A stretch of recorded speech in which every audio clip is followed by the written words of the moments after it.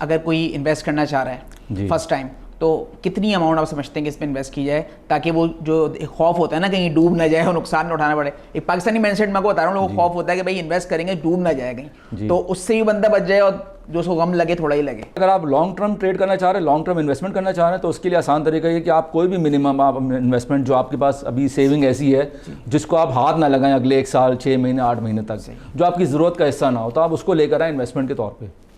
और आप फिर किसी एडवाइज़र की राय लें या खुद रिसर्च करें, ये देखें कि कौन से ऐसे प्रोजेक्ट हैं जिनमें कॉइन्स या टोकन्स हैं जो आपको अच्छा मुनाफा दे सकते हैं।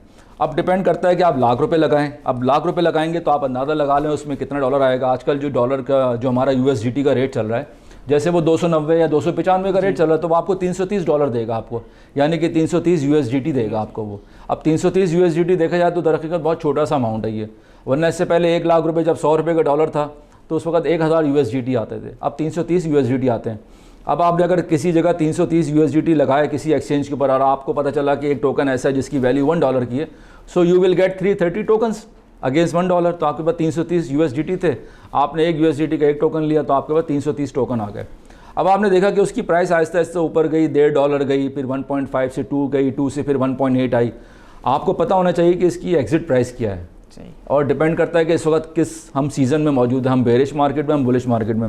वैसे तो हम बुलिश मार्केट में, ये तो मैं आपको बता दूं, अभी हम बुलिश मार्केट में, और आइंदा आने वाले 6-8 महीने बहुत इंपॉर्टेंट है। अच्छा, ये मतलब अगर जो लोग इस वक्त इन्वेस्ट करना चाह रहे हैं, मतलब अगर हम मार्च के मंथ में अगर हम बैठे हुए हैं, उसका मतलब मार्केट जो है बूस्टअप करेगी इसमें? देखिए, मार्केट बूस्टअप करेगी, लेकिन मैं आपको एक बात बता दूं कि बहुत सारे ऐसे टोकन हैं, बहुत सारे ऐसे कॉइन हैं जो पुराने हो चुके हैं, ऑब्सोलीट हो चुके हैं। जैसे प्राइवेसी कॉइन है, एक ज़माने में प्राइवेसी कॉइन में मैंने खुद पैसे बनाए, लेकिन अब प्राइवेसी कॉइन का चर्चा नहीं है।